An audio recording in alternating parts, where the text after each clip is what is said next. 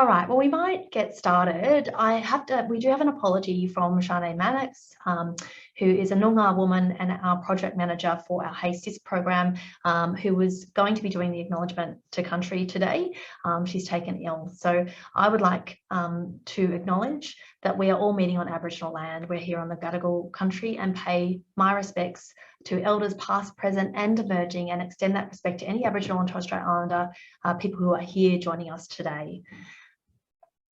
Look, we know that we have a massive problem of gender inequality and gender-based violence, and in particular violence against women and their children in this country. We know that 1 in 3 women will experience some form of sexual or physical assault in an intimate partner context over their lifetime. We also know that domestic, family and sexual violence is the #1 reason for calls to child protection helplines, and the #1 reason for causing housing and homelessness insecurity and homelessness for women and children in this country. It also spreads to the workplace, and we know that 1 in 3 Australians will experience some form of sexual harassment in the workplace. We know this is everybody's business. We can't solve this just from services on the ground. We can't solve this just through government policy. We all have a part to play, and we have been seeing recently more and more efforts made by those in the corporate sector to stand up and speak out and take really clear and decisive and meaningful actions to tackle this crisis, all the way back from the primary prevention end around creating more gender equality in the workplace, through to the other actions that they can take around the investments that they make, around the policies that they have to support people who may be experiencing or using abusive behaviours in the work context, but also around consumers and of their products and services. So we have some wonderful speakers today to talk about some of the leadership in this space. And of course, we hope that through listening to these conversations and engaging in the chat and the Q&A, that you're able to glean some opportunities to take back to your organisations to contribute to the progress that is being made. I'm going to start first. We're going to go and hear from each of the panellists, and then we're going to have a Q&A session. And I'm going to start with the wonderful Vicky Ditcham. So Vicky Ditcham is, she co-founded Equity JV earlier this year to use the system of finance as a tool for addressing gender-based violence. She's the co-author of the Due Diligence Guide for Australian Investors in October 2020, and she has now begun translating this into steps for investors and corporate decision makers to contribute to changing the norms that tolerate sexual, domestic and family violence in our society. Vicky and Equity JV believe that gender inequity is the root cause of gender-based violence, and therefore a broad, multifaceted and do no harm approach is needed at a systemic level to shift the dial on what we consider to be our national shame. Vicky is going to be talking about the importance of applying a multifaceted gender lens when considering business and strategy. Vicky, it's wonderful to join us. Thank you. Thank you very much, Hayley. And I too would also like to acknowledge the land that I live and work on, the traditional owners, the Wongal people of the Eora Nation. So I thought today I'd just start off perhaps defining what I mean by a gender lens. So applying a gender lens or completing a gender analysis is actually consciously considering the impact that decisions, structures and policies have actually on the outcomes for women and girls. With almost every one of these business decisions, the outcome actually shows up differently for women, both internal and external to the organisation, as you were saying. And when I talk about gender lens, this can be a binary identification of female gender, but it also includes other non-binary gender identities, and it can also intersect with other lenses where marginalisation and discrimination are present. Because when people think about gender in business, they tend to focus on counting women, how many women are there, women on boards, women in leadership, because it's tangible and it's easier to benchmark, and it can be easily reported against. And you know, no doubt we'll talk a bit more about that today. And you know, while having women at every table in leadership is absolutely important, at Equity JV, we're really interested in going deeper into the indicators of culture that can contribute to and support existing gender norms that exist in our society, which then in turn, you know, contribute to systemic inequality. And that's where the multifaceted approach comes in, because you know, we believe that the root causes of violence against women are complex, and therefore the steps that we need to take also need to be complex. It takes collaboration, diversity of thinking, and also a diversity of lived experience at the table as well, with the overarching lens to do no further harm.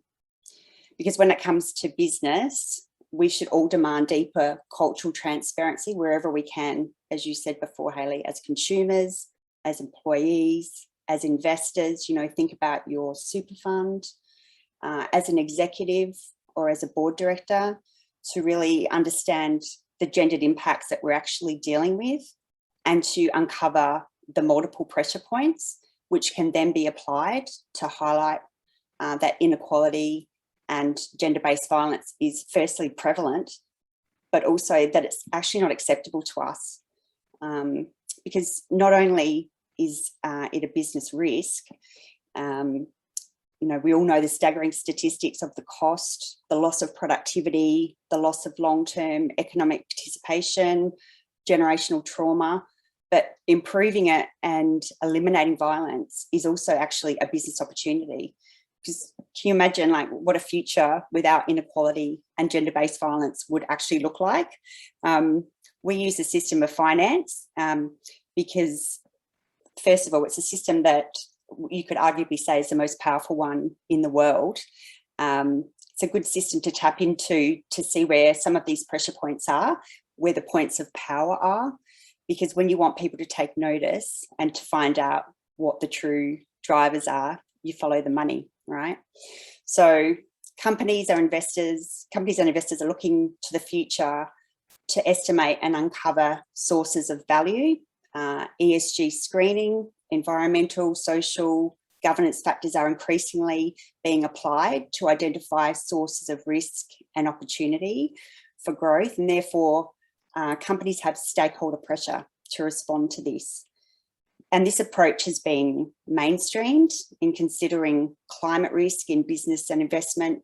And now we look at the opportunity of social and environmental benefit of acting on climate change. And there's new investable assets available in renewable energy, for example.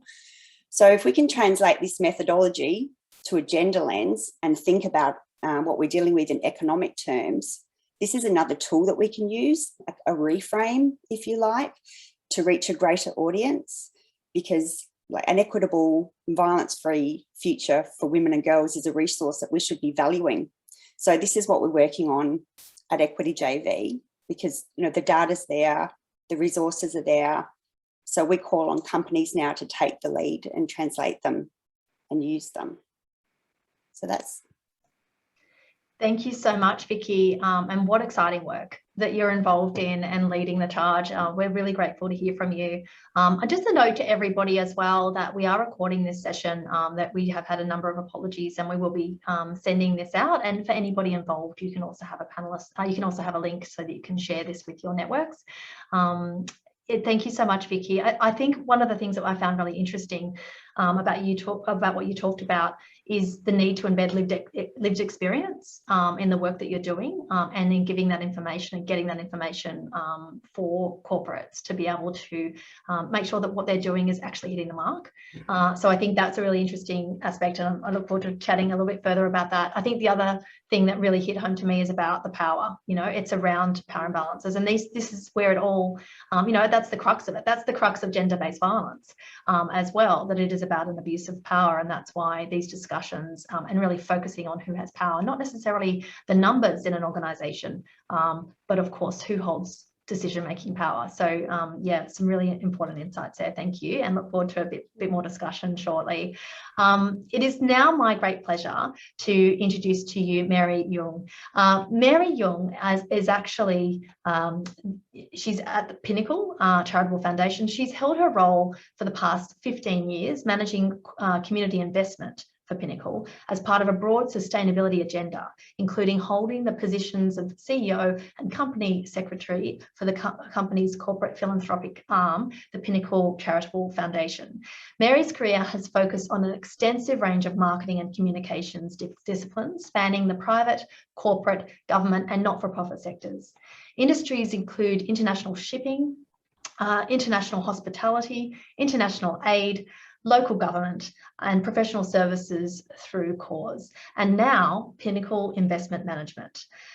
I should also like to mention that that Pinnacle Charitable Foundation and with the wonderful guidance of Mary Jung have provided extensive support to our organisation, Full Stop Australia, to be able to do the advocacy work that we do across the country. We advocate in every state and territory jurisdiction, as well as federally, and that is supported through the Charitable Foundation. So I guess I'd like to present the work that we're doing, and most recently the first national survivor advocate program to support people with lived experience of sexual, domestic and family violence to have a voice in the policies and practices and laws that impact upon their own safety and well-being.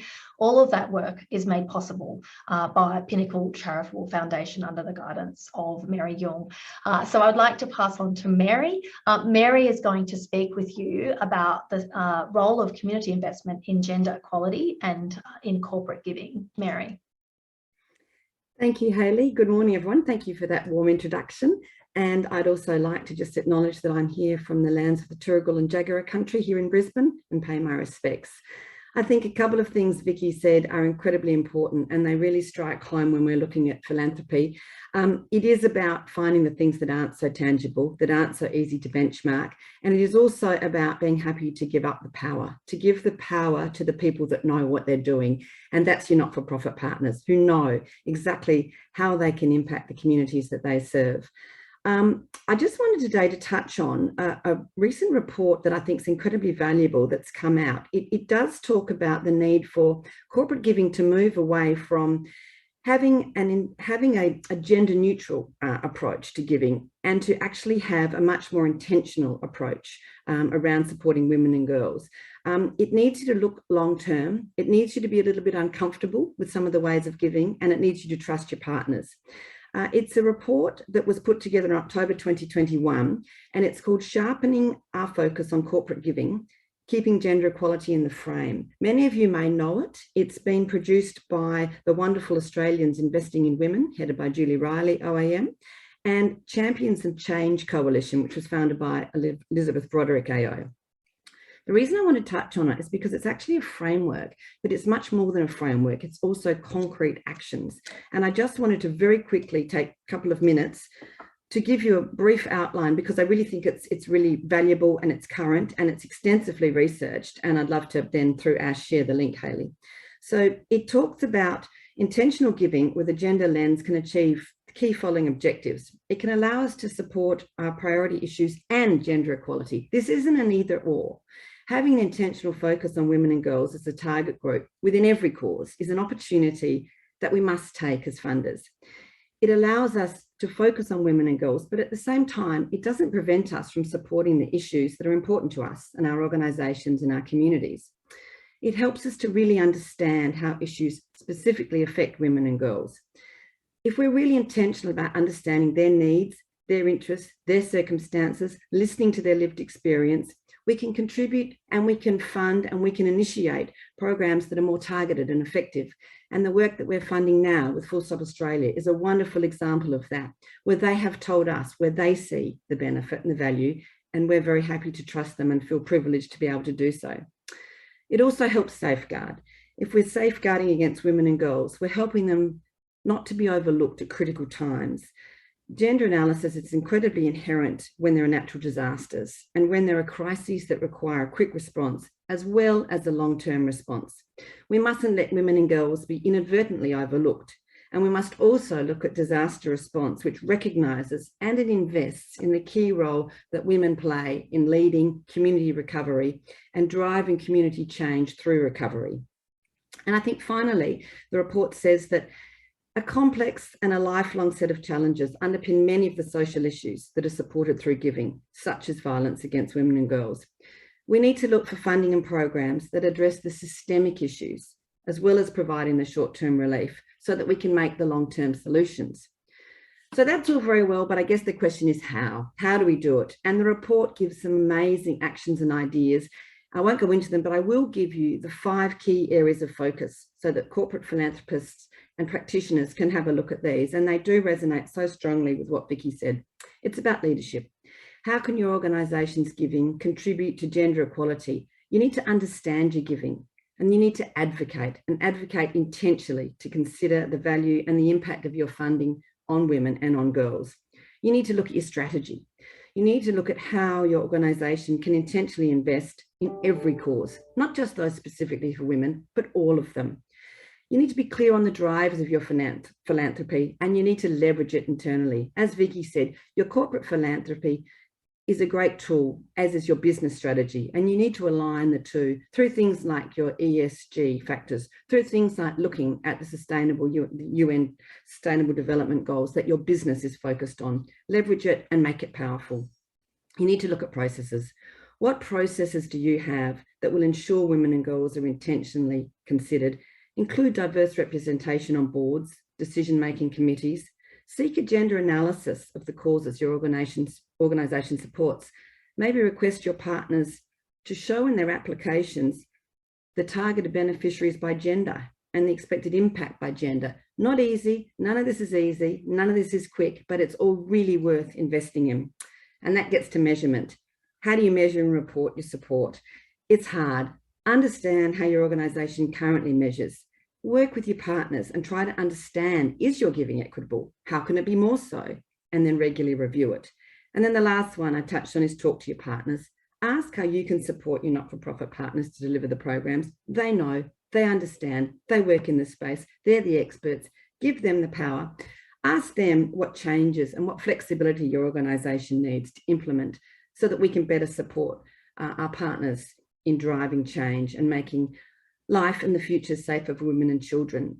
And the last one is mine, which isn't under the report, but it's communicate. Celebrate your impact, celebrate your achievements, shout about them, talk about them, showcase them, because I think it's incredibly important. Corporate philanthropy thrives on innovation, on great ideas, and on impact. And the more we celebrate it and the more we stand up and are proud of it, the better we'll all be.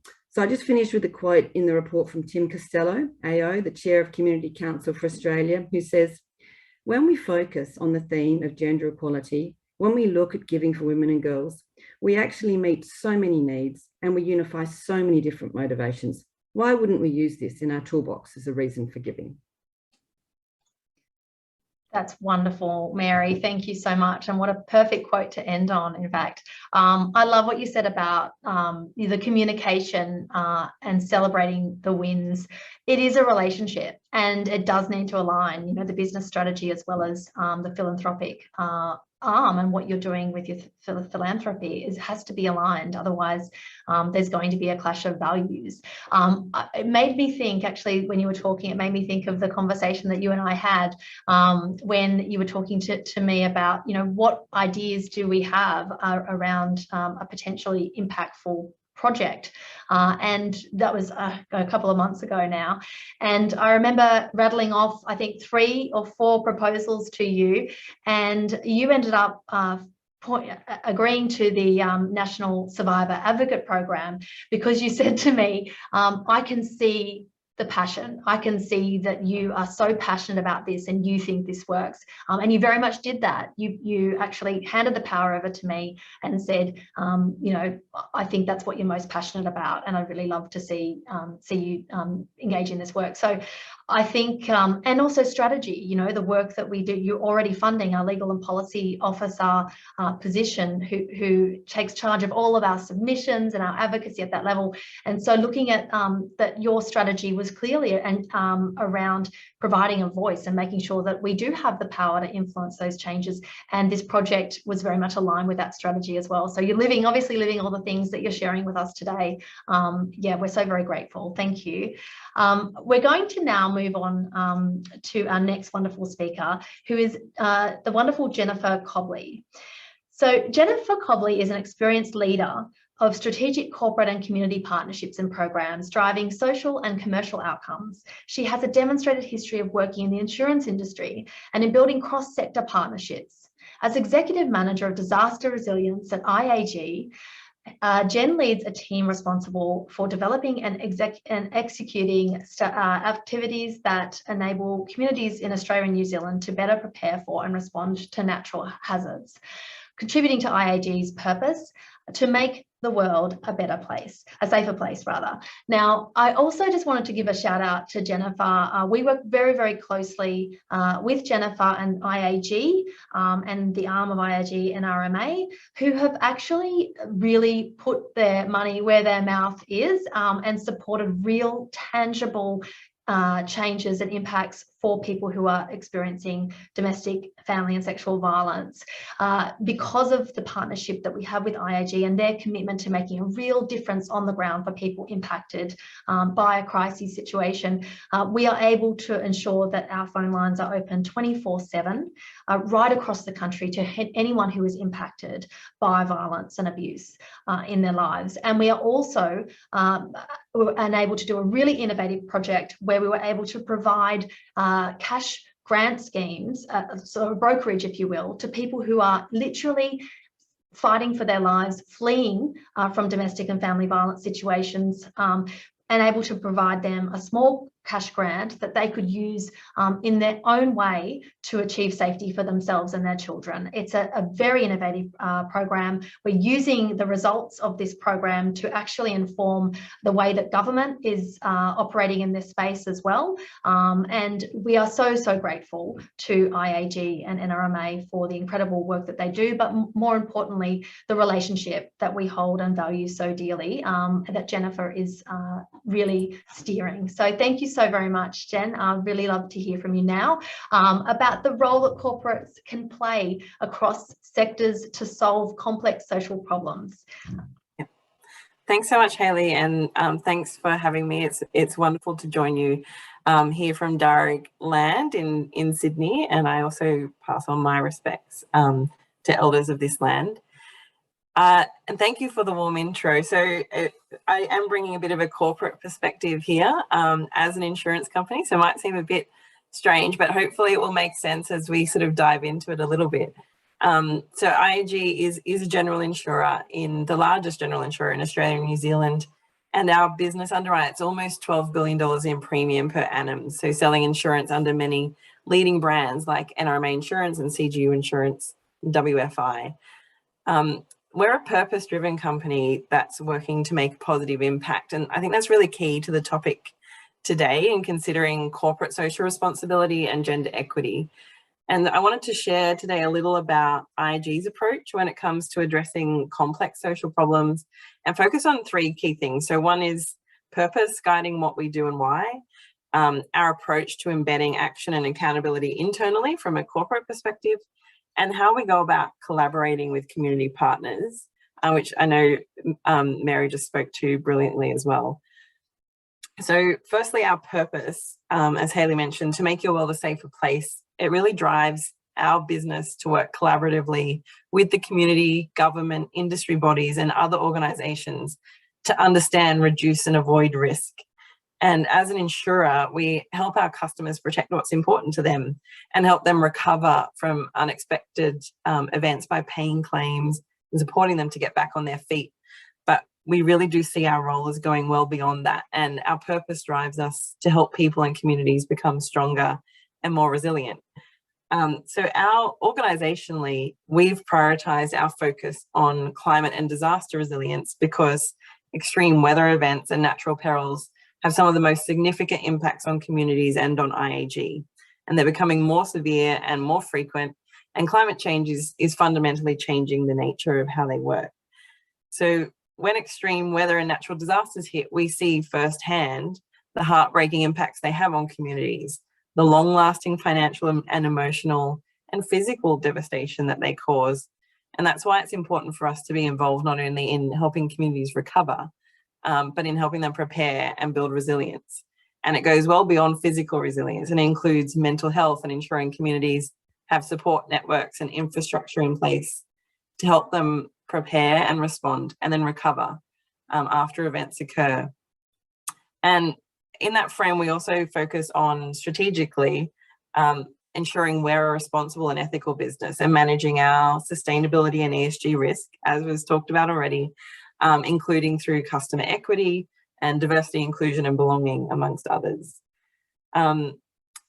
So in terms of embedding, like looking at it internally from a corporation, I just thought I'd touch briefly on how we drive that action and what it means internally for an organization. So we look at embedding that through, the frameworks that we have, like our social and environmental framework, but then a number of individual and specific plans and detailed governance that importantly outline the accountability of senior leaders and others for driving and delivering commitments.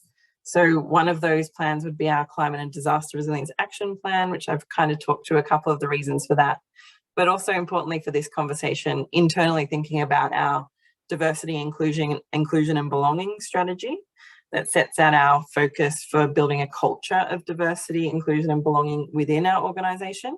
And we've just refreshed that strategy and deepened those commitments, including for gender and equity for women at all levels within our company, and addressing gender imbalances as an example. And then, of course, another plan would be our Financial Inclusion Action Plan, which, for example, is really looking at how the actions that we can drive to make our products and services more accessible. So providing additional support to customers that may be experiencing vulnerability, such as family and domestic violence or financial hardship or mental and physical disability, and the types of training for employees that we could provide, for example. But the way in which we go about this is really, and it was touched on by both of our panelists already, is through collaboration and working with partners. So we know that we can't do any of this ourselves. We're not alone, the only actors, and we can't drive the change needed. So we look to collaborate across sectors, like share learnings and insights, partner with trusted organisations.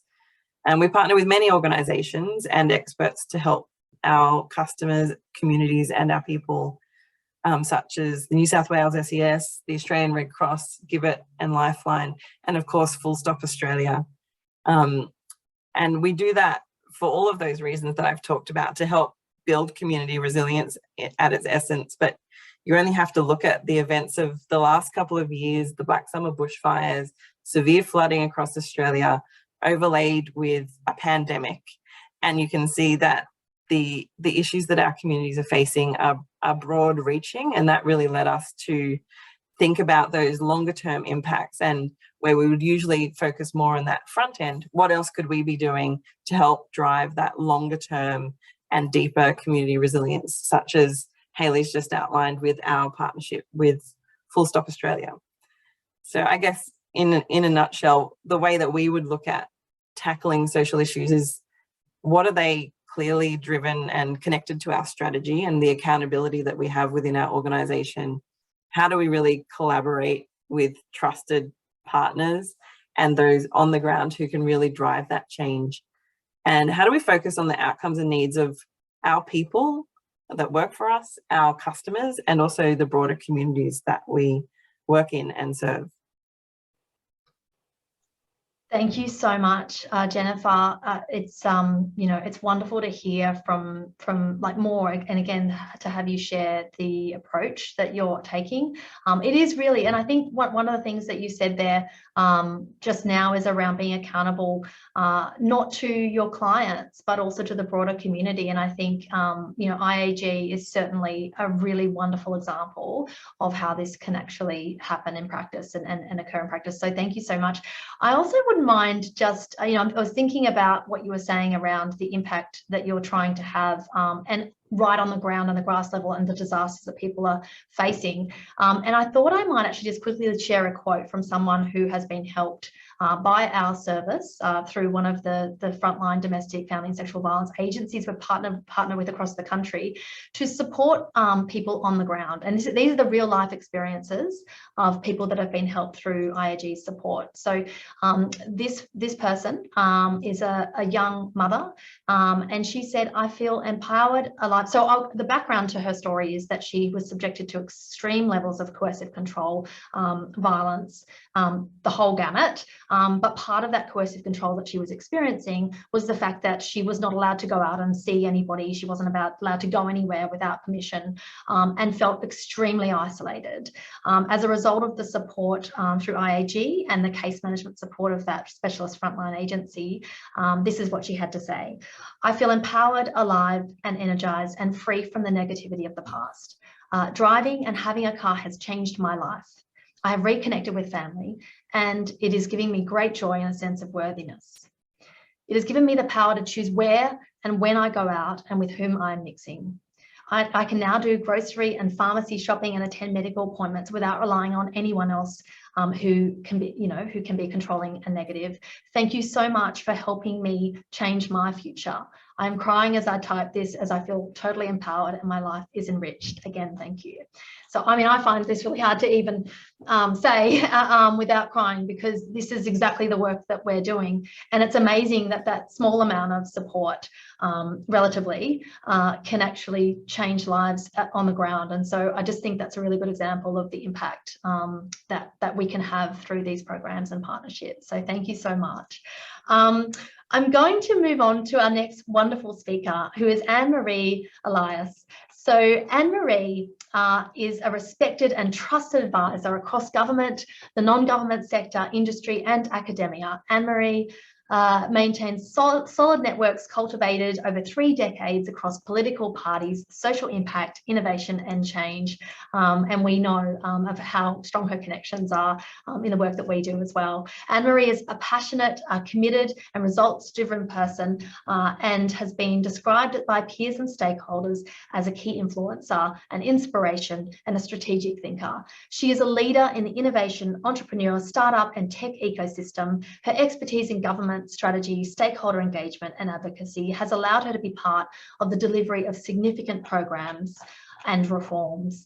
Thank you so much for joining us, Anne-Marie. Anne-Marie is going to speak to the ways in which we can get capital and capability to the community.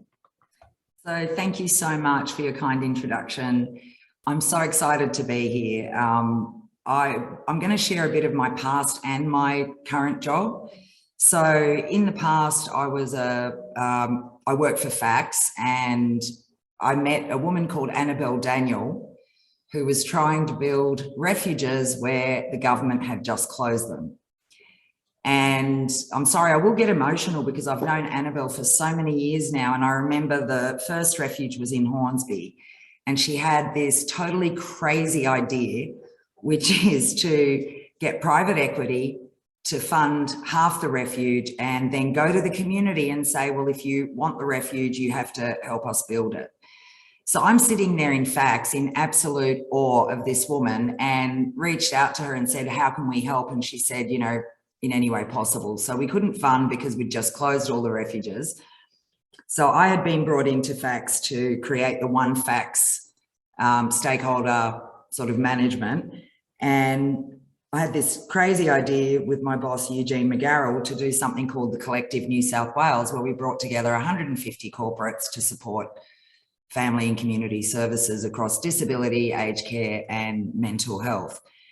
And, you know, I am absolutely devastated at how government has consistently failed to provide for the most vulnerable people, yet that is honestly their fundamental one job that they have.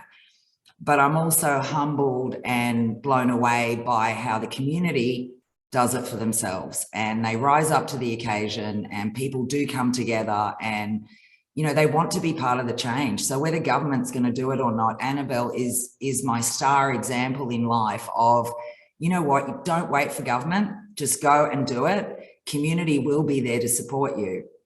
So all I could do through the collective is I went around to all the businesses in Hornsby, and things like, you know, getting a locksmith to provide free changes of locks and keys is really important, but also furnishing. So I managed to get 40 winks to furnish the entire refuge, which saved Annabelle probably 40, 50,000 that she could now spend on something else. So I worked on that program for a few years, and then fax, you know, killed it, whatever, handed it over to someone that killed it. And it's really, really sad, because what I found is the corporates are desperate to help community. Like, that's not the problem. It's just they don't know how. So the collective was this idea that we had all this data on women in public housing, on family and domestic violence, on homelessness, on all sorts of stuff that we never really honestly shared with people. So we did it in a closed way. Anyway, I think, you know, some parts of the collective still continue today, but you know, I'm just so proud of Annabelle Daniel, because she's now built several refuges, and that's now got a history of its own. The other example I wanted to use is CEO, which is a network founded by a woman called Vicky Saunders in Canada, which said, like, capital's not getting to women. How do we get capital to women? Let's get a bunch of my friends, all give us $1,100. We put that to invest in women. And this has now grown all over the world. I was one of the early, you know, investors in Australia. It's the first time I've been an investor, and it's not really an investor. You get zero return, but you actually get a huge return, which is you actually see women that otherwise wouldn't have been able to get capital, get funded and thrive. Then, you know, fast forward again, and I ended up, for my sins, going back into government, Liberal government, unfortunately, for the Minister for Industry, Science and Technology. But I overhauled the Boosting Female Founders program so that it is, you know, majority, the business has to be majority female owned. And if you have a look, whenever I launched the program, or the minister launched the program, I would get attacked all over, because, you know, it doesn't account for complex family trusts. And I was pulling my hair sitting there going, it's not about that. It's about women in remote and regional areas that don't have all that crap, but, you know, are, you know, primary business owners. And the beauty of being in that environment is I stood by that program. We stood by it. We keep getting more funding. Look, it's far from perfect, but it is a program where I made the department spend an extra 6 months in the community, going out to regional and remote areas to talk to women to see how the funding needs to be delivered. So again, it's not perfect, but, you know, it needs to exist. Then I left government, and I had decided about a year ago, when I organised a bunch of venture capital and private equity roundtables for the minister and the government, to say, okay, well, we're pretty hopeless at picking winners in government, but these guys, VCs, people like Mary and Vicky, they know how to do this, like Daisy, right? They know how to pick winners. So how do we work better with venture capital? And look, I mean, I have too big aspirations for the roles that I've ever had, but my idea was bring VC and PE alongside funding, so that every time people get rejected for government funding, they have a second opportunity. And if they get accepted for funding, then they've got a co-investment opportunity. Anyway, I'm not there to make that happen, but there you go. That was another idea that I had before I left. Then I decided at that time that I needed to go where capital is. Like, I need to be part of where capital is deployed, because my background in impact, you know, that's what I know where capital needs to be deployed to make it matter. So I'm not a fan of impact investing, but I wholeheartedly am a devotee of investing in impact. And that might be a conundrum for some, and maybe a conversation for another time. But this stuff is really meaningful. So in September this year, I was invited to be the CEO of Beckham Capital. This is week 12 that I've been the CEO. It's been a challenge, because really a lot of the time has been focusing on going back to purpose, because it's an impact firm, not an impact investing firm, but a firm that invests in impact. So I'm really proud to say that our core purpose is about getting capital and capability to where it matters most, and that is community need. And there is so much out there that we've decided that we're going to focus on growth equity. So businesses, SMEs that are turning over a certain amount but need to scale and currently rely on mortgage debt.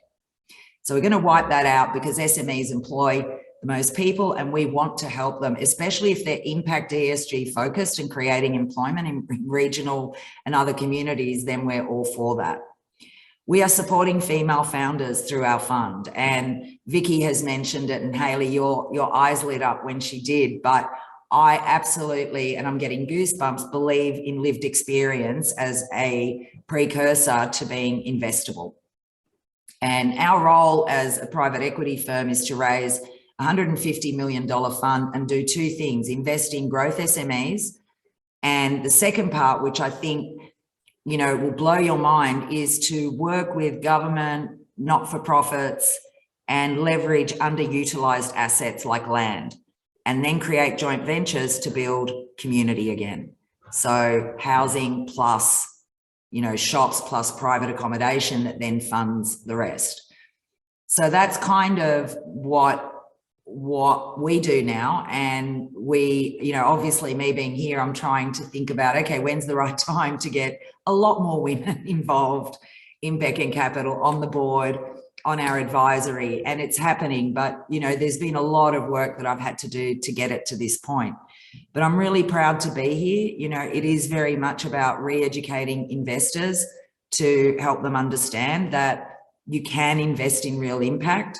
And it's not that easy to get to, because these people, who are living in regions and who have a small business that need to scale don't know about private equity. They don't know about venture capital, and they don't even know about government grants, right? And also, I want to really stress to women that there's so much out there at the early stage of investment. There's, so much out there at the mid stage and so much out there at the growth stage, generally speaking.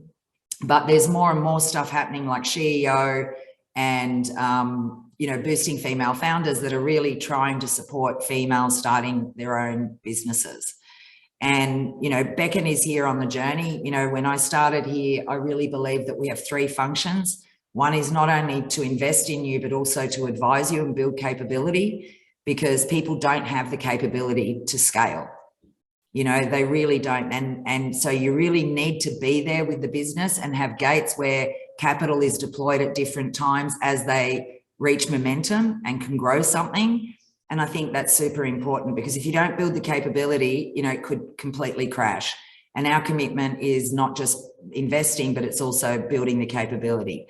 And the final thing is about connection. I am a bleeding heart inside out, and there is no way that I'm ever just going to say, nope, you don't fit our mantra, so bye.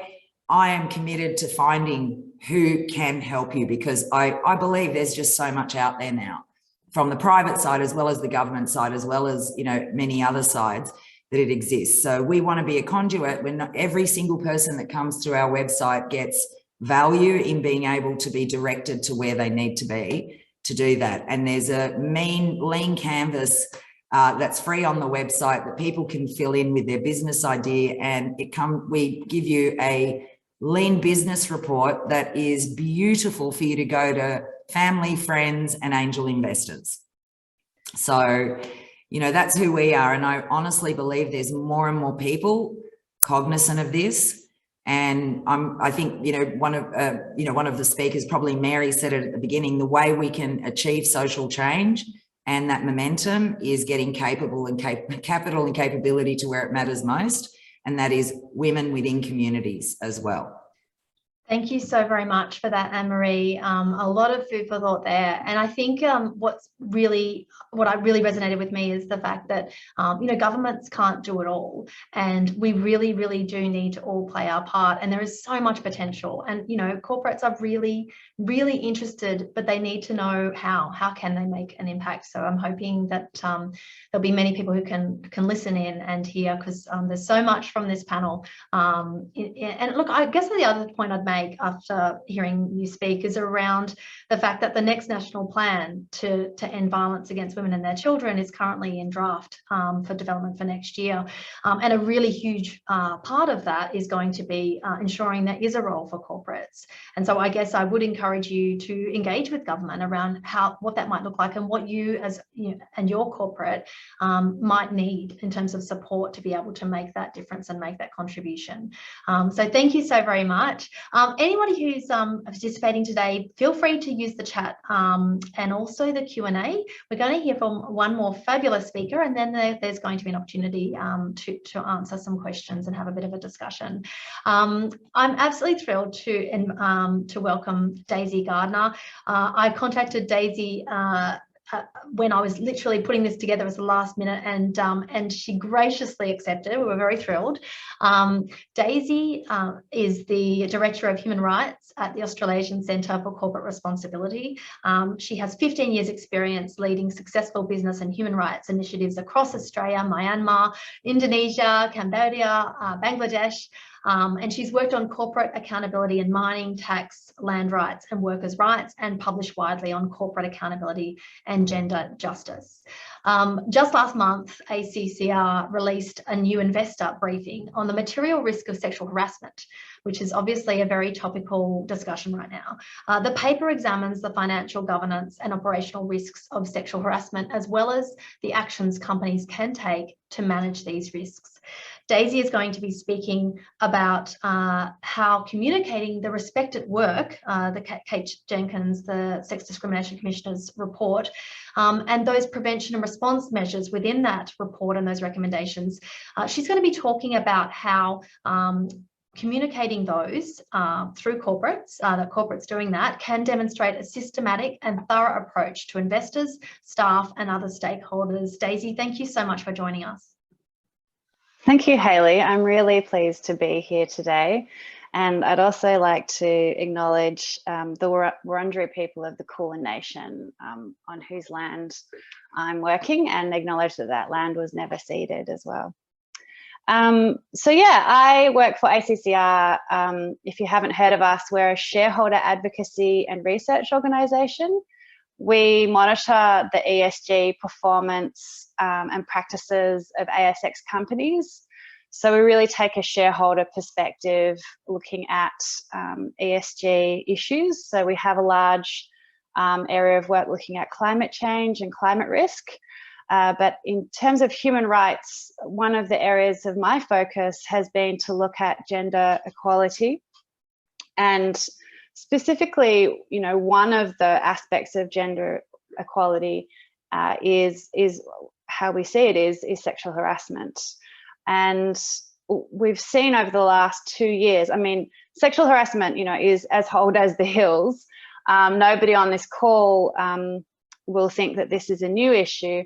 However, it's been good to see over the last 2 years a lot more attention on sexual harassment prevention and response. And, you know, that was partly brought about by the landmark report by Kate Jenkins early last year with the recommendations and for Respect at Work. And what some people may not know is that there's a lot of very practical advice in there for business as well. So what we've done, you know, at ACCR is we've looked at all of the different risks that exist for listed and non-listed companies when it comes to sexual harassment.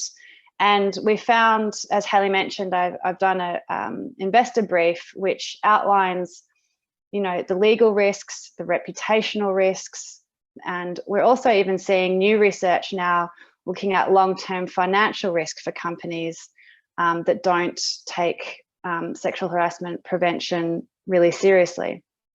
So some of the stories that you would have heard over the last couple of years was AMP Capital. You know, they really, that business suffered a lot after mismanagement of that high-profile sexual harassment case. There was QBE. You know, both of those companies lost directors over that issue. And then this year we've seen in the mining industry, Fortescue, BHP and Rio have all been under the spotlight for failures around sexual harassment prevention and response. this is an issue that is not going away. Like, we just saw the report come out about Parliament and parliamentarians. It feels like every couple of days there's a new sector that's under the spotlight on this issue. So what I did is I did a sort of a deep dive into the Respect at Work report, and also looked at recent guidance from WorkSafe on sexual harassment prevention and response. And I spoke to some of the experts in the field, like Respect at Work, Our Watch, and talked to a number of sort of frontline organisations. And what I've done is put together some key questions for companies to look at in terms of the 7 domains of change as outlined in Respect at Work. I mean, it's a 1,000-page report, but it can be boiled down to some really key areas of prevention and response work. And what we would like to see, and what investors are increasingly going to call for, investors, but also, you know, workers and other stakeholders will call for, is more detailed information from companies about their prevention and response measures. When Kate Jenkins did the Respect at Work report, apparently one thing that was lacking was examples of good practice and a best practice policy, best practices. And so what we are hoping to do is to see companies in different sectors. We're looking specifically at mining, and we'll be looking at finance and insurance. We'd like to see companies providing more detail against the 7 domains of change about, you know, the leadership, risk assessment and transparency, culture, how training, and how they're supporting workers who are supporting workers to speak out at the time of their choosing, things like non-disclosure agreements.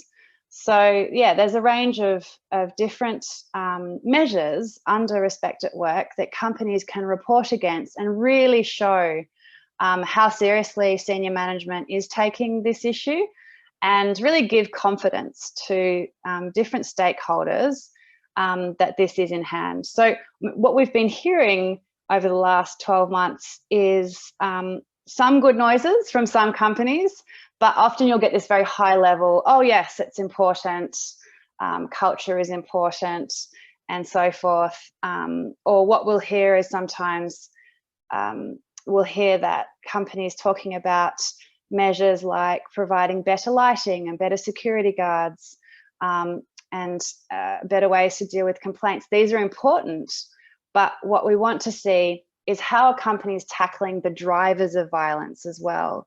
Very much that prevention aspect. So yeah, so I'm going to be talking to a number of companies over the next 6 months and beyond, specifically looking at those measures. And in May of next year, I'll be publishing a report specifically looking at the mining sector and how they're performing on these measures as well. So I'll leave it there for now. Thanks so much, Daisy. And how important is that work? And it's a really, you know, it's a motivator for corporates to get in the ring and actually start, you know, looking at their plans and their strategies across each of those domains. Certainly, we here at Full Stop Australia work with quite a number of corporates in this space, providing you with the advice and the tools and supports to be able to do that. There's also Champions of Change Coalition, DV Challenge. There's a number of agencies who are working in this space.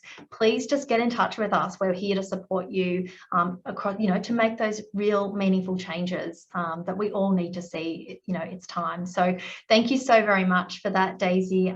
Absolutely thrilled. I'm going to just there's a little bit of time for discussion, not a lot, but I'm just going to throw this to the group. Just one of the questions that I've got here that somebody sent through earlier. This question was really about it's probably a little bit of a broad question. So some of you may be interested in answering. What do you think is the major block for female CEOs? And what is needed to be done to encourage more women to climb the corporate ladder? So who's interested in having a go at that one? I'm going to start because I've been the most reluctant CEO my entire life. I've never been a CEO. And I remember I was working for Council on the Aging about 25 years ago. And this extraordinary woman who was on the board called Avril Fink was like, she set up Carers Australia, actually. She was like, you really should be the CEO. And I was like, no. I was terrified. And then I actually came into Beckham Capital to set up their advisory, and, you know, they started saying, oh, you know, why don't you be the CEO? And I thought, these people are nuts. They're cray-cray. Like, I'm just not a CEO. Like, I love being behind the CEO. That's kind of what I've always done all my life. And anyway, I went to bed and I woke up the next morning and a little voice in my head said, no one's asking you to be the CEO of Westpac. It's a team of 10 people. And do you know what I mean? Women need to put this stuff in perspective. Like, yeah, I've never been a CEO, but yeah, I have led teams of 200 people across public sector.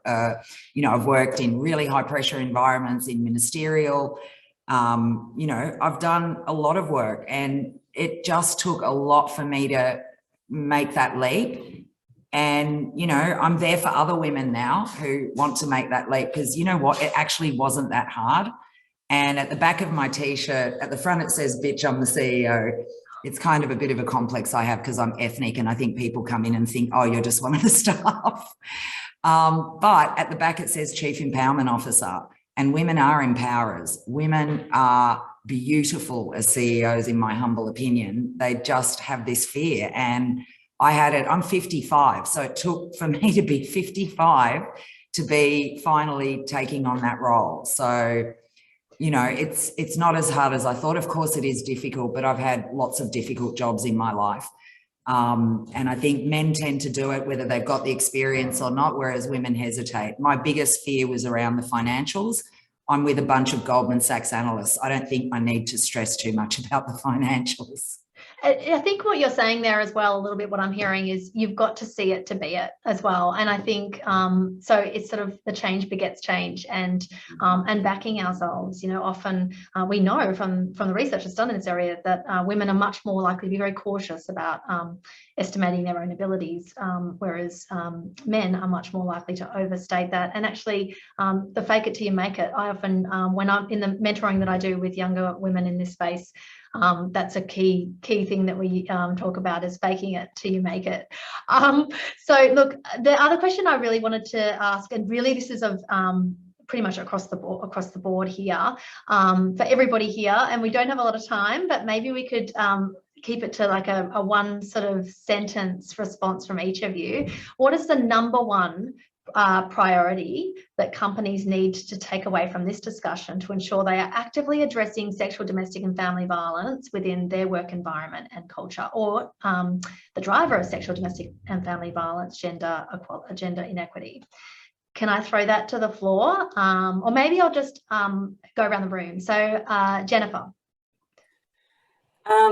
There are many, but I think one would be listening to your people and like actually ask the questions and link it and connect it into your strategy and what it is that you're going to execute. Would be, amazing. Yeah, very powerful. Mary. I think it's about, you've got to accept it and you've got to address it. None of this putting the head in the sand and being too ashamed or too frightened to address it. Tackle it, and tackle it openly. Wonderful. Vicky. I think be brave and take a leadership position, because what you signal by doing that, it has such a broad-reaching effect. Thank you so much. Anne-Marie. You got to live it from the inside out. So you've got to start with your own people. And, you know, one of the things I've learned is it's not a socioeconomic thing. It can happen to absolutely anyone. So be aware, be vigilant, and be supportive. Yeah, be a tellable person, huh? And Daisy, finally.